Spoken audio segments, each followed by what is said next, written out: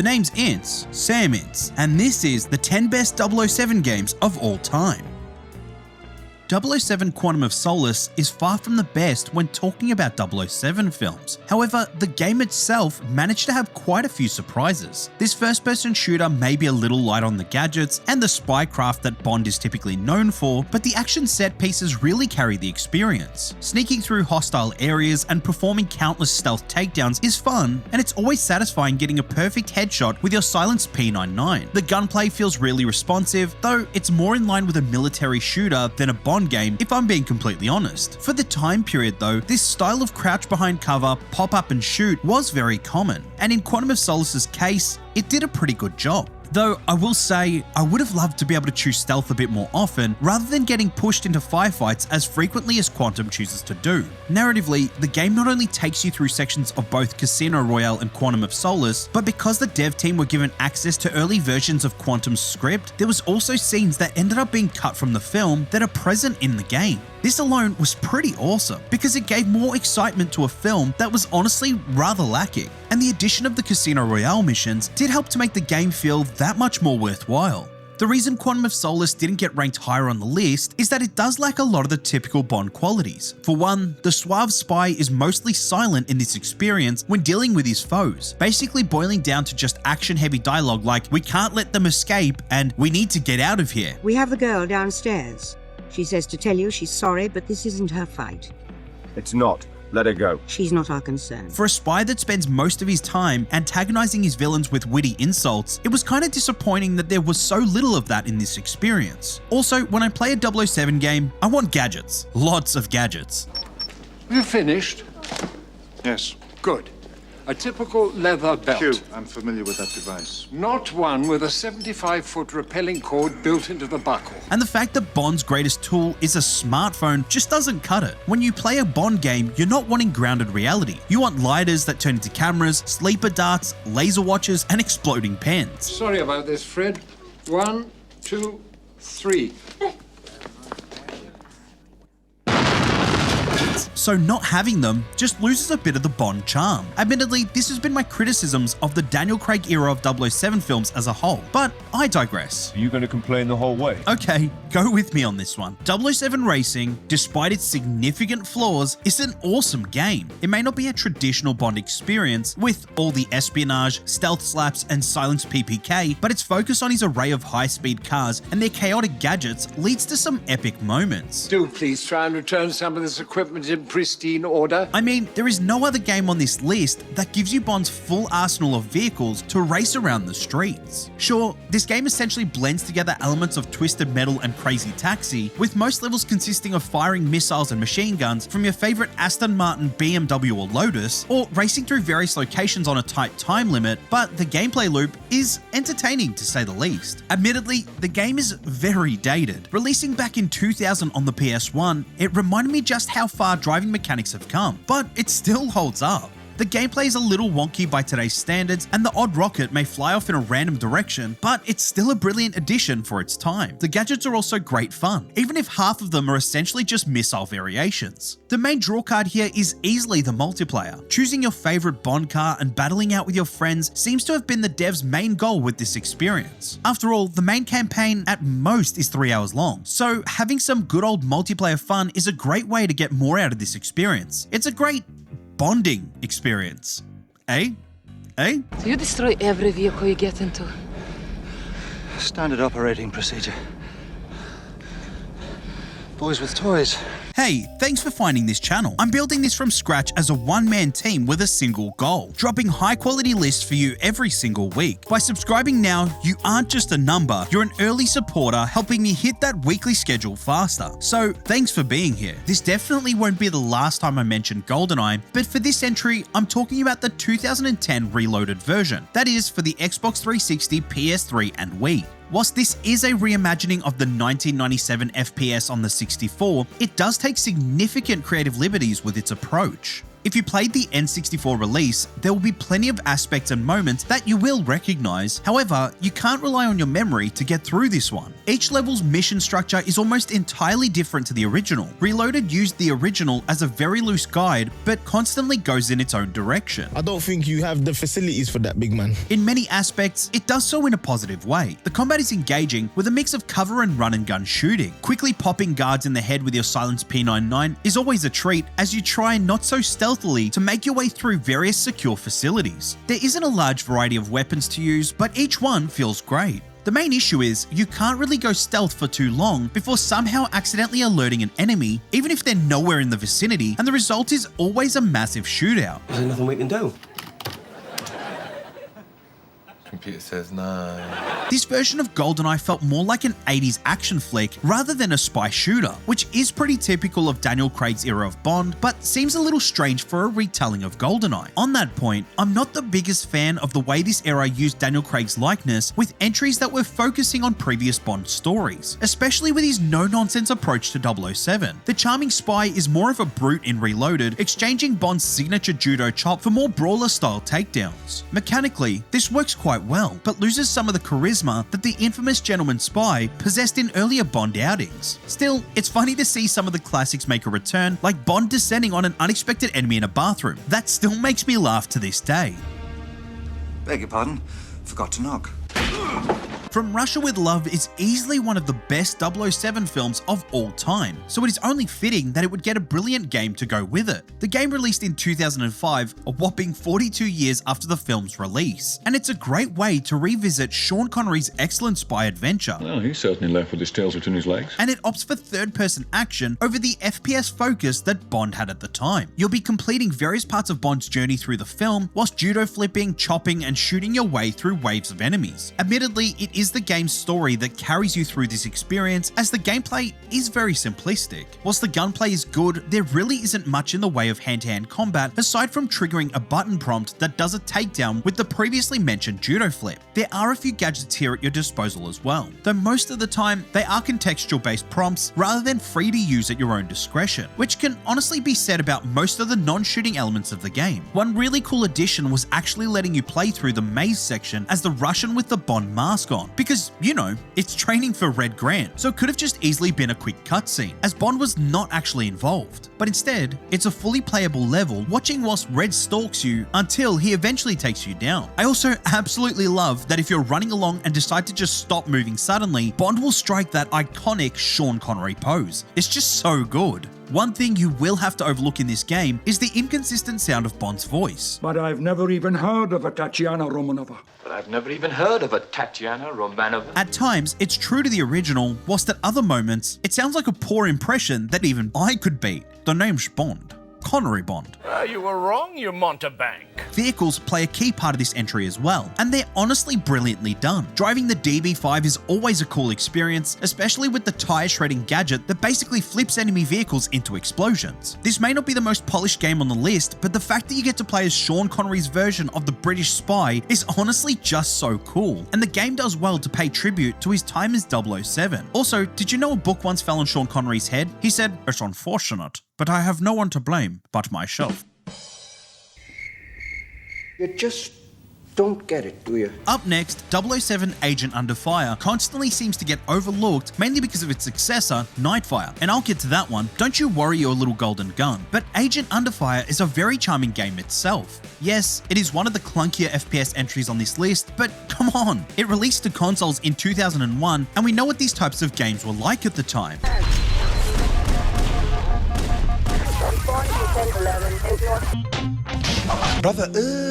Agent Underfire absolutely smashed it in the gadget department, constantly having Bond rely on the inventions that Q has equipped him with to get out of trouble. From the simple claw grapple to access vents and vantage points to the laser to melt locks, there was an element of having to work out how to progress on your own. You are given a general direction and then have to work your way through without much guidance. This made me feel like a bit of a super spy, as I would try to sneak my way around and look for hiding spots or points where I could slip past enemies, and honestly, it was good fun. For the most part, you could avoid firefights if you so choose. Like any good 007 game, there are key set pieces that get you caught in a shootout, but these only happen as often as you allow them. If you can silence guards with pinpoint accuracy, you may find yourself successfully stealthing your way through the levels, but with the controls being a little jank, that's easier said than done.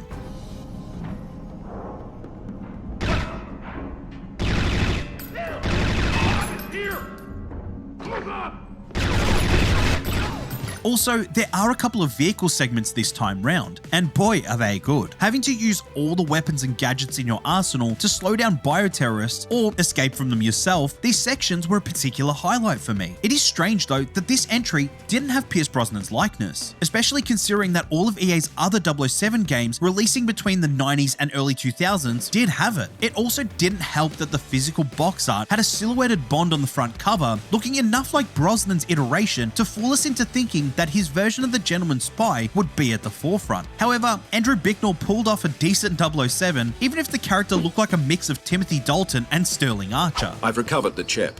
With a bit of your handiwork, it should tell us the location of Malprave's secret lab. We'll leave that job in Zed's capable hands.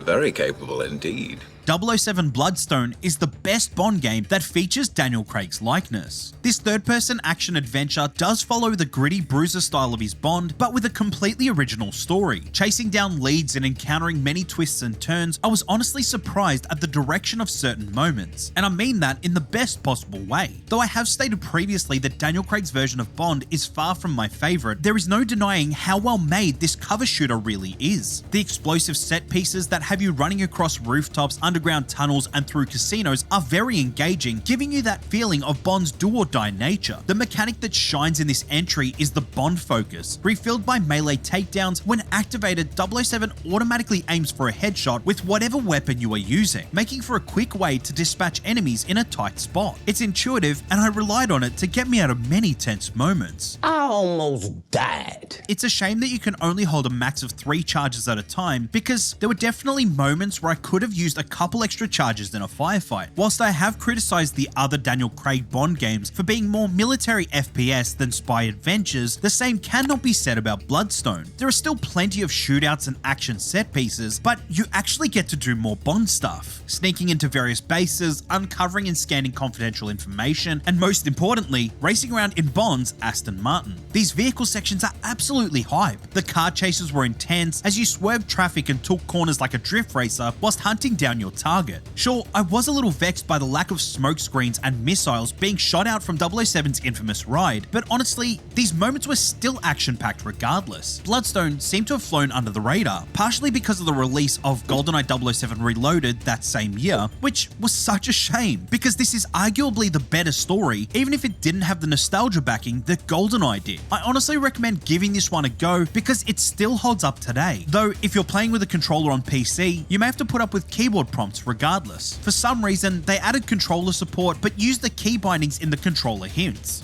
What? I know, a little strange. Like, where the heck is the D button on an Xbox controller?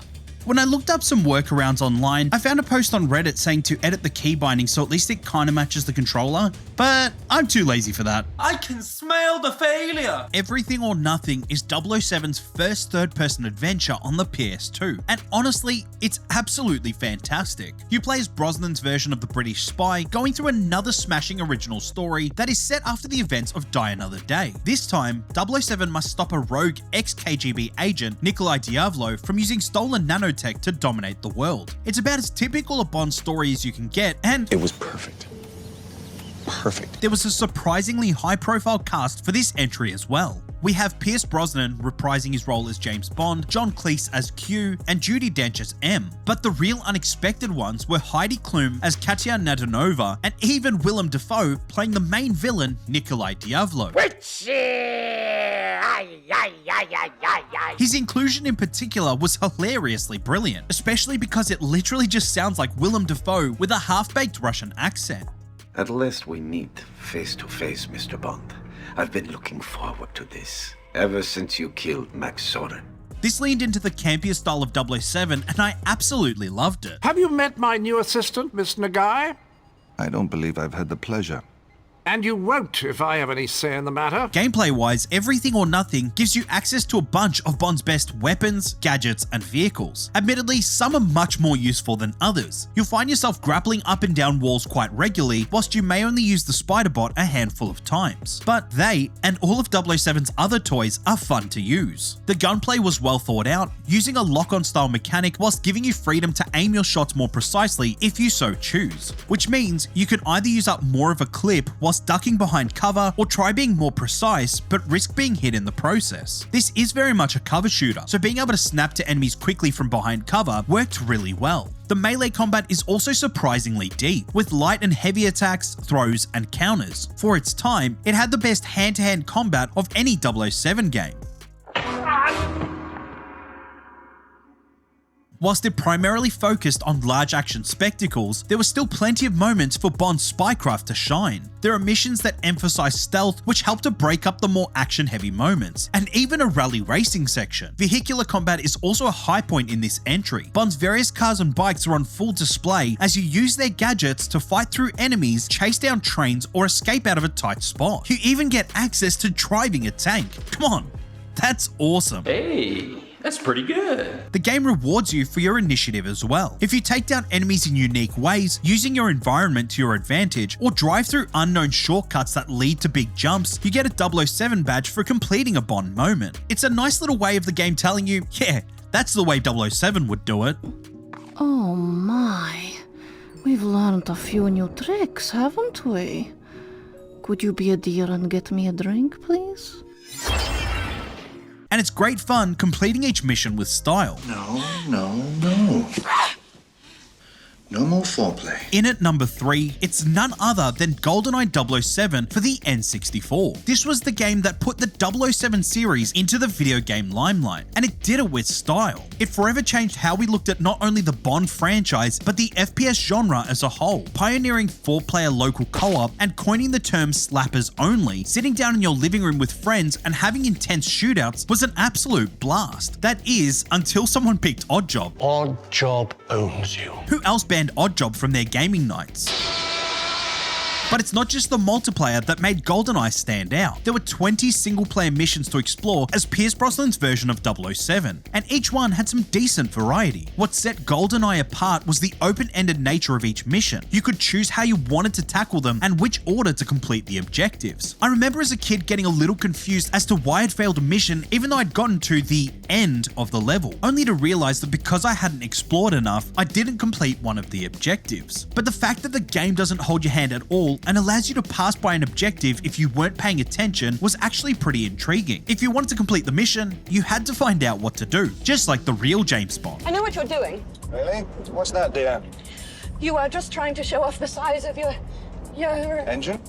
ego. Sure, you could read the briefing to get an idea, but you still had to explore for yourself to complete each objective. The levels themselves were lovingly crafted and are very reminiscent of moments in the film, even in their blocky state. The surface in Severnaya, however you pronounce that, will always be one of my favorites as you trudge your way through a snowy environment, taking down enemies with a silent sniper. And those death animations were hilarious. Watching guards flop backward after a headshot had me cracking up laughing. Each level also had their own unique music, which, by the way, the soundtrack is an absolute banger. It made exploring each area an absolute treat as you bopped along to the music. The way in which each track incorporated the original 007 theme while still having their own spin on it was absolutely brilliant. The soundtrack for Frigate was my absolute favorite. It's so intense as you run across a cargo ship, rescuing hostages, planting trackers, and most importantly, wiping out any guards in your way, while still maintaining the suave spy nature of the Bond series. Now, there's no denying that Goldeneye has aged a little bit. The character models honestly look more goofy than I remember, but that is part of the charm of this era of gaming. It even holds up today. That is, if you play the Game Pass version, which has been updated to support modern controller layouts. Because let's be honest, going back to the N64 version with that 3-pronged trident is a little grating. It's an amazing game, but did require some updating from its 1997 release. It was a shame that there was a high-def remaster in the works for the 360 that was cancelled back in 2008, but it shows how how much this game is loved by the fact that this version has also surfaced online for PC. There's also Goldeneye Source, a Half-Life 2 mod that aims to carry on Goldeneye's multiplayer legacy. Goldeneye 007 may no longer be as much on the FPS radar as it once was, but there is no denying that it's still having a big impact on modern gaming. Excellent. Just the thing for unwinding after a rough day at the office. 007 Nightfire is up at number 2, and oh man, it's easy to see why. This chaotic PS2, Xbox, and GameCube game brilliantly blends the over-the-top action of James Bond with some classic sneaky suave spy antics, and some hectic vehicular destruction. I know it's also on PC, but honestly, it's the console version that really hits the spot. Featuring another original story, this time, 007 has to infiltrate the inner circle of Raphael Drake, a billionaire terrorist who, like all the other billionaire terrorists out there, wants to take over the world. Bond travels to locations around the world, from the streets of Paris to skyscrapers in Japan, taking down bad guys, blowing stuff up, and of course, getting the girl, at least 3 to 4 times over. You'd think he would need a nap or something. Was this car here the whole night? Perhaps.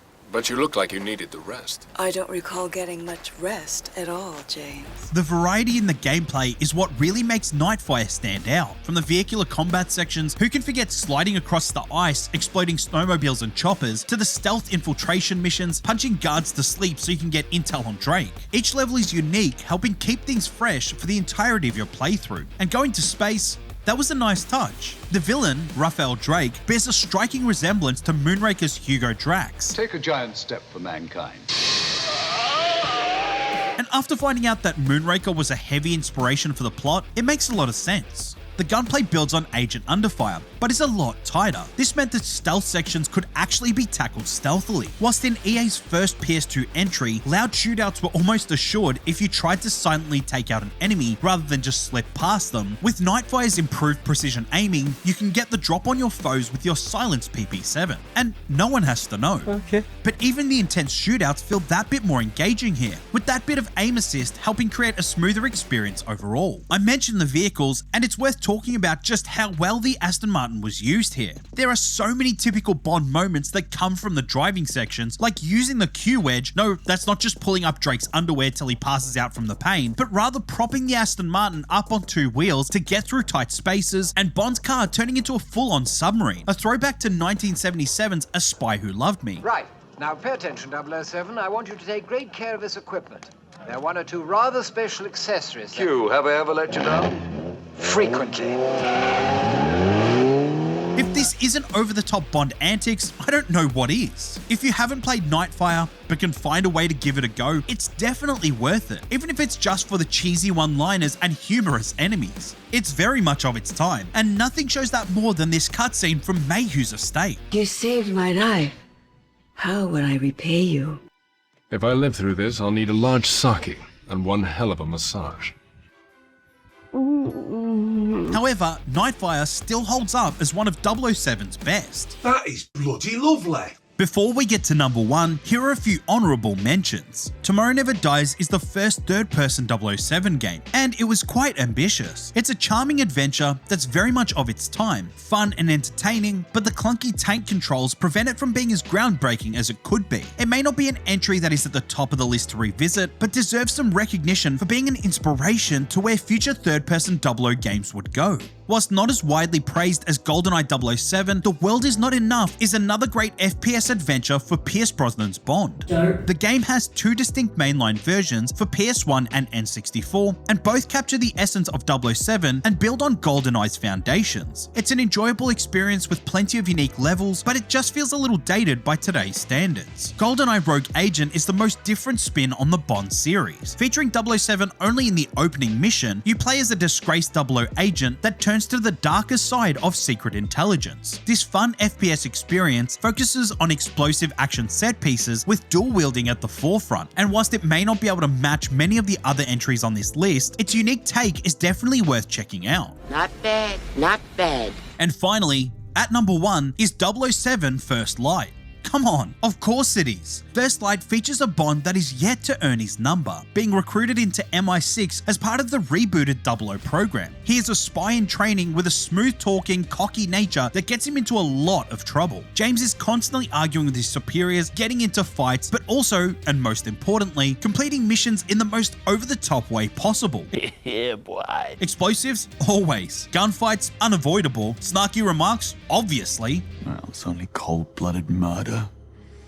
Don't beat yourself up about it. This version of Bond, while still keeping the suave super spy style alive, explores a deeper emotional side of Bond as he goes through some, well, let's just call them rough experiences. Learning to cope when a mission goes sideways, Bond finds himself constantly at odds with his enemies and friends alike, and it makes for a truly fascinating ride. But it's the combat where the game truly shines. You can see traces of Hitman in the core gameplay, but also not really. Surveying the area and finding your mark may make you feel like Bond should shave his head and tattoo on a barcode, but the moment that fists or bullets fly, the game takes on a whole new life of its own. The combat is much more action heavy and fast paced, focusing on completing your mission at all costs rather than the methodical and precision approach of Agent 47. The hand-to-hand combat is really intuitive as well. You'll be throwing whatever you can get your hands on at your enemies, or whilst chaining punches, kicks and grapples. It is always exciting when you get into a brawl as you work out how you're going to take down your foe using your surroundings to your advantage. Throwing enemies off a ledge is particularly hilarious and can help you quickly turn the tide in your favor. The cover shooting also works really well here. If you get backed into a corner, you can always shoot your way out. As long as your license to kill shows up, you have full freedom to do whatever it takes to survive. And the way encounters can quickly escalate or de-escalate is brilliant. If you find yourself in trouble and fists start flying, you may be able to take your enemies down quietly because, like you, they won't always resort to their firearms. But fight too long or irritate the wrong person, and you may find bullets in the air quicker than you can say shaken, not stirred. A martini, shaken, not stirred. But you're not just a British brew. You can charm your way into places you shouldn't be and convince people to give you the information you're searching for, all without lifting a finger. It really gets the perfect balance between action and espionage. It celebrates the history of the 00 agent in style, with plenty of references to both past games and films. This is easily one of 007's best games to date and definitely belongs on any Bond fan's shelf. Want more like this video? Click the one on screen now.